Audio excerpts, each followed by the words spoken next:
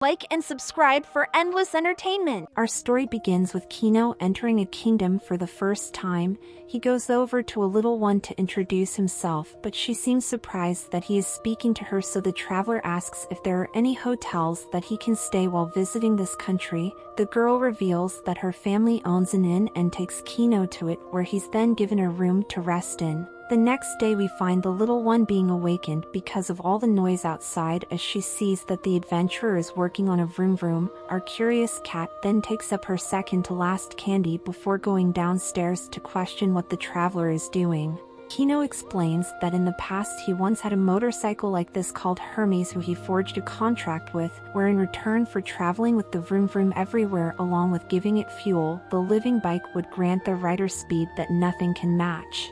The little one says that he is the strangest adult she has met, since most of them don't talk to the children, and asks what he does for a job, so Kino explains that he is an adventurer who goes around exploring different kingdoms. The girl says that can't be his job because it sounds fun and work is never to be enjoyed, before explaining that in this country children can do as they please until they reach the age of 12, at which point a surgery will be performed to take away all their free will so everyone can focus entirely on their work even if they hate it. And the brainwashed girl says it's okay because they get to eat special candy up to the date of their operation. The adventurer questions if someone hates what they are doing in their life but has lost the choice to do anything about it, can such an existence be described as living? He gets up to explain that he's a traveler who enjoys going wherever this amazing world takes him, so that's what makes his life worth continuing, and asks what she likes to do. The little one begins singing with the voice of 1,000 angels that shakes the explorer to his core, but she admits that there is no future for her in performing because a child's only duty is to take over the jobs of their parents. After hearing this, Kino is saddened, but he accepts that this is the law of this country and one man can't change it. The next day the little one takes her last candy before her operation, then goes downstairs to tell her parents that she no longer wants to do the surgery and wishes to become an adult a different way. Her father immediately begins roasting her for being a disappointment, while her mother blames herself for deciding not to swallow before telling the innocent girl to apologize, as everyone starts condemning the parents for not teaching their child to behave properly. They realize that Kino must have been the one to corrupt her, so they all go to confront him about poisoning their child's mind with freedom. While the adventurer is utterly confused about what is happening, the mayor comes between them to explain that although the laws in their land may seem weird, it must be followed, and Kino agrees before pointing out that he was just about to leave to continue his journey. The little one's father suddenly pulls out a people poker as the leader explains that the children of this country are the property of their parents, so if they are broken the owners must dispose of them. The father wonders what's 12 more years as Kino jumps in front of the girl to take one for the team before he's thrown to the floor. The father freaks out because he penetrated the wrong person, but the mayor explains that since Kino walked in the way of the weapon, everyone can say it was just a simple accident. So her father goes back to the traveler's body, then struggles to retrieve his contraceptive so he can continue with the 12 years late abortion. The bike begins talking to the little one and asks if she wants to live, but the girl thinks that there is no way to survive in this country before the vroom vroom gives her the option to run away. Then the child jumps on the motorcycle to escape all the people that ever knew that she existed, and leaves this horrible kingdom behind to discover a beautiful world on the outside that's been waiting for her to explore it. Our duo crashes into a field of flowers and decides it's time to introduce themselves, but the girl takes on the name of Kino to live a life he would have wanted, while calling the vroom vroom Hermes after the original Kino's fallen motorcycle. A few years later we meet Kino traveling throughout the world to explore all that it has to offer. They see a horseman in the distance and stops by him to introduce themselves, and the stranger asks if they know about the country up ahead. But when our duo reveals that it's their first time visiting, the man tells them that the kingdom they are going to has no laws against smoking people, so he's planning to live there, since in his hometown all the government laws were strict with no freedom. The stranger also explains that it's rumored that Regal, who is a notorious bandit known for committing the worst crimes, resides there, and he hopes to learn from him. Noticing that the man is a psychopath, Kino decides to leave on Hermes to travel toward the mysterious kingdom. They arrive at the walls of the city, then go to the guardhouse to gain entry, where he warns them that anyone within the city can be legally sent to the Shadow Realm without a reason. Kino enters this lawless country, where she finds that although there is little police presence, everybody is living in peace and harmony while working together to make each other's life a little better. Then our traveler gets ready to sleep for the night, but still keeps her hole maker close just in case. The next day, Kino starts her morning routine of practicing how to stand on business. Afterwards, she takes Hermes on a ride to go sightseeing throughout their new environment and finds it nicer than anyone would have imagined. Our duo go into a store to resupply for their journey, where the shopkeeper gives them extra items for the road, but they notice that Grandpa has a mop stick in the back, and he explains that although there has never been a robbery in his store, he still keeps it near for when the need arises to make someone past tense. Kino goes to a cafe where she is served a mountain of pancakes and somehow manages to clean her plate.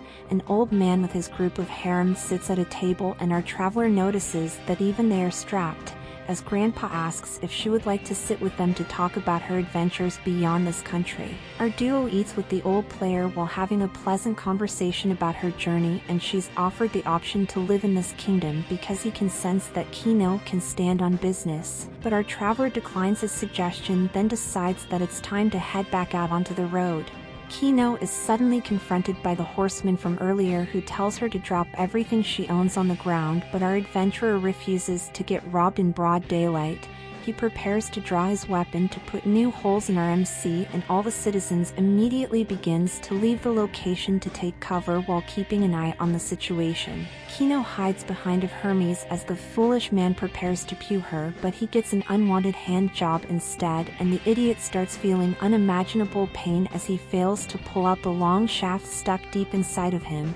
The poor bastard sees that everybody in this country stands on business as they all assemble to put an end to his pitiful existence. Grandpa leads the pack of hunters while telling his future victim that although smoking people is legal in this kingdom, it is neither wanted nor desired by any of the citizens. So the only time they actually take advantage of this rule is when someone begins causing trouble and needs to be gifted a one-way ticket to hell. The stranger questions who this old man is, and it's revealed that he's Rhaegal, the most bloodthirsty bandit to ever live. Then the nuisance realizes that the man he fled from his country to learn under is the one to teach him his final lesson, that even in a land without laws there are still rules that must be followed for everyone to live in peace. Kino and Hermes get ready to continue her adventure, then bid farewell to the kingdom of smokers when they see a horseman relaxing on the side of the stream and stop by him to introduce themselves. The stranger asks if they know about the country they left behind, but our duo reveals that it's a safe place filled with kind people, though how they welcome someone will depend on their personality. The man reveals that in his hometown he killed many who were deserving and many who were not, but now he's tired of all the violence and just wants a quiet place to settle down. Then Kino tells him that the country behind her will be perfect for him before driving away to continue on her bizarre adventure. A few days later, we find our adventurer relaxing on a nice sunny day when suddenly they feel that the ground has begun to shake. She looks into the distance to see a giant moving city heading towards her, so Kino does the very reasonable thing and starts to chase the mysterious kingdom down in an attempt to enter it. The mortal engine comes to a sudden stop, then deploys a car to meet with our favorite traveler. The guide tells her that his country is currently heading over this beautiful landscape, and after Kino tells him that she's an explorer, the guide invites her inside to show off everything the city has to offer. He starts to give them a tour of the city, beginning with the reactor, before going over to the residential districts where Hermes asks why their kingdom moves. The guide explains that they produce more energy than their population can ever use, so they need to direct most of their power to the wheels to prevent overheating, along with the fact that after years of traveling their citizens have come to love the nomadic lifestyle. They give Kino her own room and she enjoys a hot bath along with a soft bed for the first time in forever before falling into a deep sleep. The next day our adventurer continues her trip of the city where the guide shows her the highest level, which is a peaceful place where citizens come to take in some vitamin D. Our party sees someone in the distance, so they go over to find out what's happening. And the teacher explains that at the end of every school year the students paint a mural to show off the most amazing thing that was witnessed throughout their journey. They continue the tour towards the farm district when an alarm suddenly alerts everyone that they are near another country. At the command post we see that the guide along with Kino has arrived, where she is introduced to the president of the city, and they meet with the general of the opposing kingdom to ask for safe passage through their country because there is no way to go around their walls. However, the soldier refuses since they had to sacrifice a lot to claim so much territory in the first place.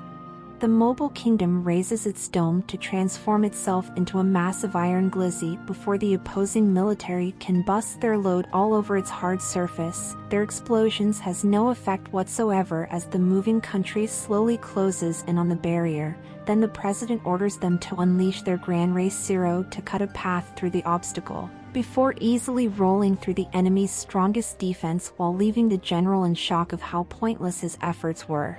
Our party announces that they will head towards the agricultural district, so everyone present should be evacuated or they will be cosplaying as a pancake. The general accuses them of being inhumane because they are currently destroying a lot of people's way of life, but the president sits leisurely in peace as the invaded kingdom is attempting to do damage to the mobile fortress.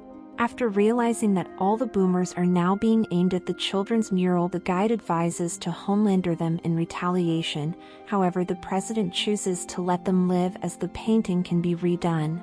Kino steps up to say that she can persuade them to leave the art piece alone. The conductor opens a hole to the outside so our adventurer can take the high ground with her people, the leader, and begins pewing all their scopes to prevent them from using the weapons, but one launched some existence erasers that she manages to take out with just enough time to make a badass pose as the mobile kingdom starts to bask in her girl boss aura. The mortal engine makes it to the end of the kingdom they invaded, while the general cursed them to hell for infringing on the sovereignty of his nation as they fade away into the distance. A few hours later we find everybody waving goodbye to Kino, who finally decides to bring the visit to an end so she can continue her journey into the unknown. However, Hermes points out that the next mural the children paint will be of her holding the whole maker while defending their kingdom.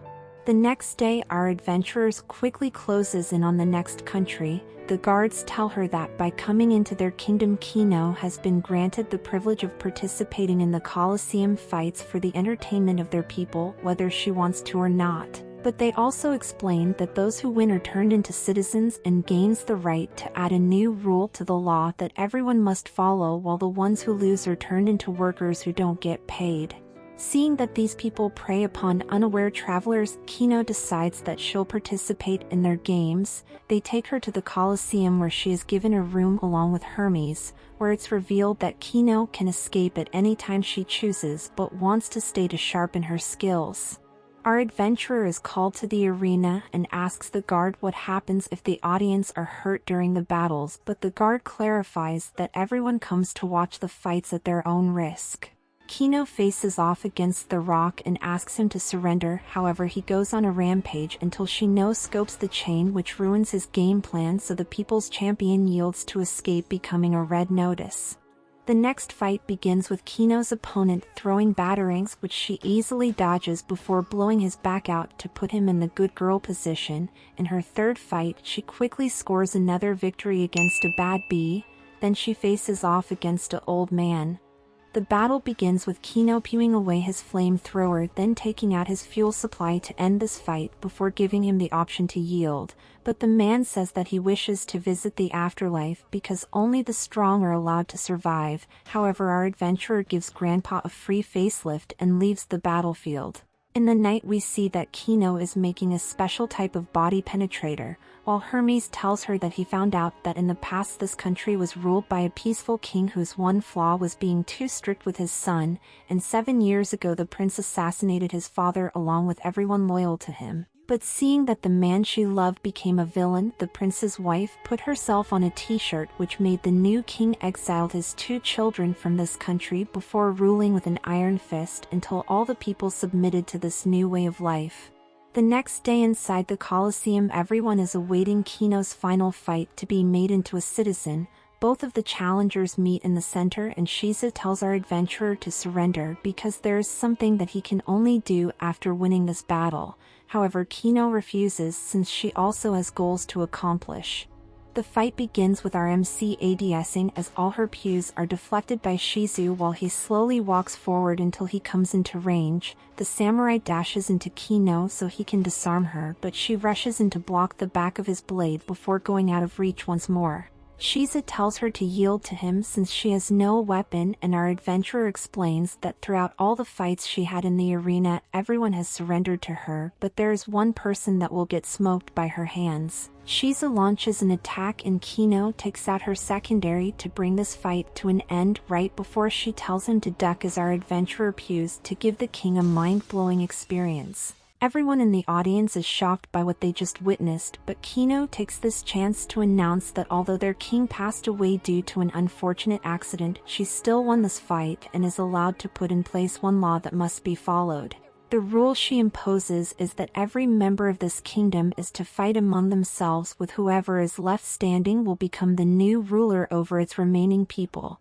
Then all the citizens begin purging each other as our adventurer leaves this cruel country behind to continue her journey. We find Kino at a lake thinking about all the travelers who passed away inside the Colosseum, and she turns around to see Shizu waiting on the road for her. He apologizes to our adventurer before revealing that the evil king is his father and he planned on taking him down after winning all the fights. Kino notices that Riku is a talking dog, and of course our MC has to go over to pet the very good boy, where she notices that Shiza stole the crown, then questions if he plans on being the new king, but the samurai refuses because ruling over people isn't something that he would like to do.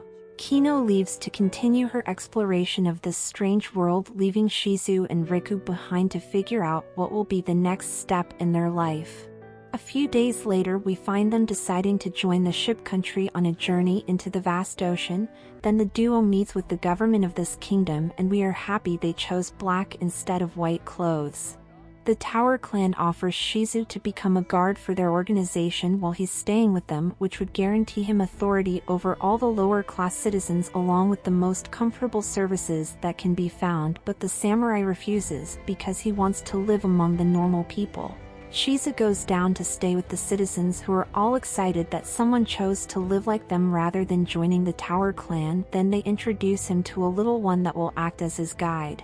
She begins giving him a tour of the ship so our samurai can see all the beautiful sceneries, but Shiza realizes that the girl might be mute because no matter how many days passed by, the guide has never said a single word. On the 5th day of his stay, Shiza cosplays as the Shadow Monarch and hears news that a new visitor arrived, but decides to join the Tower clan as the ship abruptly starts shaking violently.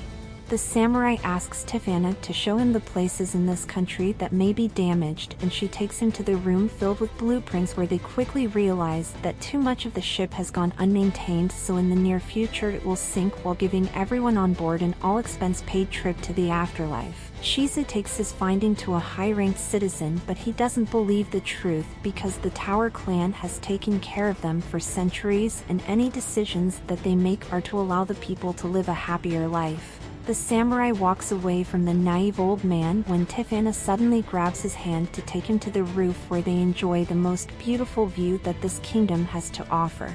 However, when he looks back, all that can be seen is the horrible state that the Tower clan made this ship become. A few hours later, we find Shiza going to take on the government of this country. He tells them that they have failed their people for too long, but the Tower clan says that because this ship is under their command, all the citizens are their property as well, and the government has decided that when the ship sinks, that will be the end of everyone on board. Shizu begins walking to the tower, but they open the door for a guard with a long pole to reveal themselves. They pew at the samurai, who quickly dodges before throwing their weapon as a distraction so they can take out their secondary to bring this fight to an end. It's revealed that Kino is acting as one of the bodyguards, and after realizing they know each other, the Tower clan decides to change their course to go into the open sea, where everyone will live until they meet a watery grave.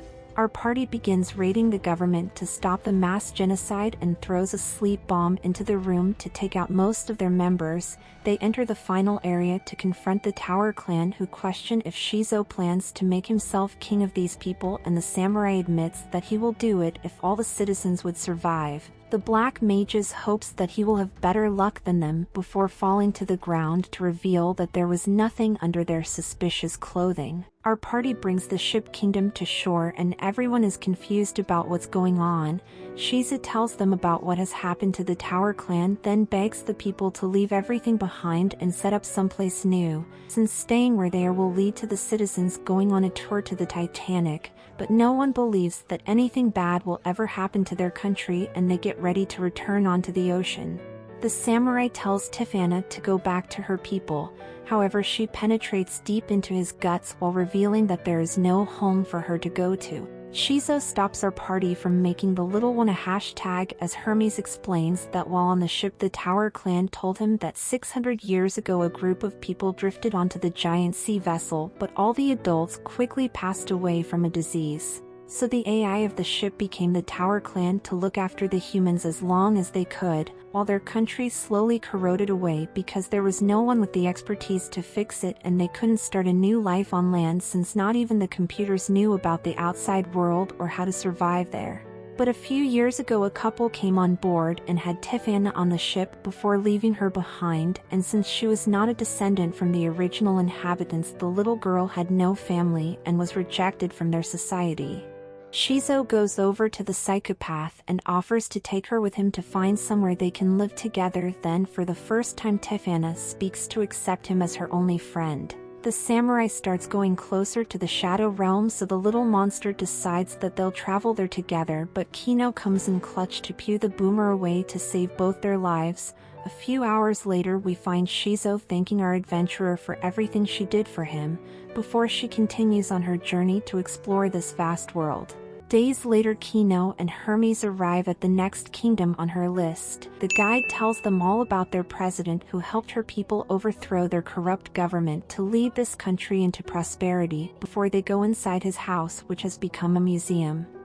The woman reaches her peak from glazing everything their benevolent president ever touched, even though they are just normal items that can be found all over the world, until she leads them to a room that holds the vroom vroom he drove around before becoming past tense. The tour guide tells them that the motorcycle once spoke like Hermes up to the point where the president passed away, then it never made a sound again. Our vroom vroom asks for a moment alone with his kinsman, and after the woman leaves, the president's bike immediately starts telling Hermes that this place he's locked in is hell, since their kind can only feel joy while being ridden, but the people of this kingdom just see him as a display piece instead of making him fulfill his purpose.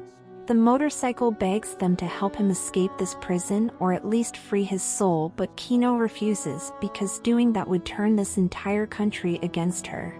Our explorer gets ready to continue her journey when a boy suddenly rushes over to ask how to be an adventurer like her, because he would like to go out to see all the amazing things that this world has to offer, and Kino tells him that although there is no set way to become a traveler, he could start off by going to the president's museum to tell the bike all about his dream. Then she drives off to continue her journey.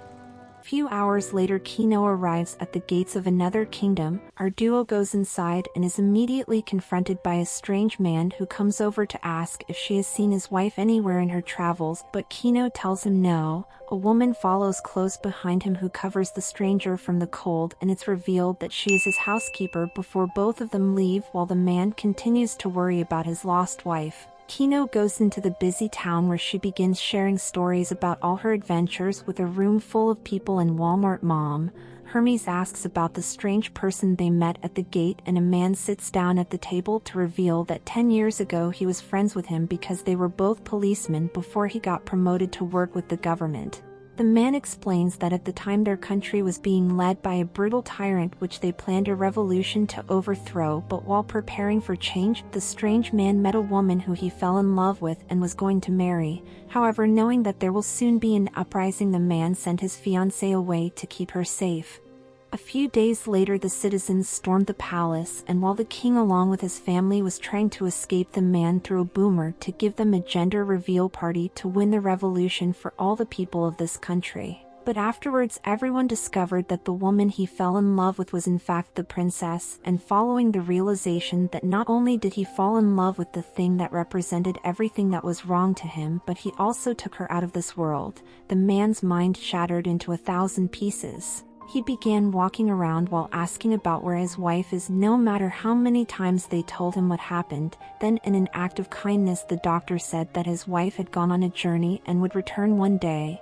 So now the hero of the rebellion lives in the woods with a caretaker they hired to watch over him, while hoping that one day his beloved will come back. Kino leaves the bar and heads toward the gate, but finds the maid stuck in the forest. She helps her move the very kinky horse carriage out of the mud, and the woman invites our adventurer to dinner to show her thanks. They go to the hero's home where the maid serves them tea, and the man tells our explorer that if she ever encounters his wife, she should remind her that he is still waiting. Kino sadly agrees to do so, but the maid suddenly says that she heard the gates open, which causes the hero to rush off to see if his lover finally came back. The woman sits down to reveal that years ago she was the princess of this kingdom, but after the spies report news of an upcoming revolution, her job was to go undercover to get close to its leader, and when the hero tried to send her away, she warned her family, who all managed to escape while leaving their body doubles behind to become hashtags in their place. However, even after defying a certain demise, the woman realized that her heart yearned for the man she once deceived, so with help from the spies still left in the country, the princess managed to return while in disguise to live out her days with the hero she fell in love with, even if he never realizes that his wife already came back to him. The man returns to his home saying that no one came through the gates and continues to wonder when his soulmate will return from her journey. The next day, Kino gets ready to leave this country behind, but after hearing Hermes' engine, the hero suddenly rushes outside to catch up with our adventurer. He reveals that his friend she met has always been the spy for the old ruler, but because the new system they created after the revolution brought peace to their country, the hero decided it's best to leave everything as it is, while removing himself from the head of the rebellion so he can keep his people safe and live out the rest of his days with the woman he has fallen in love with once again. Like for a cat girl, subscribe for a waifu, and remember to stay swifty.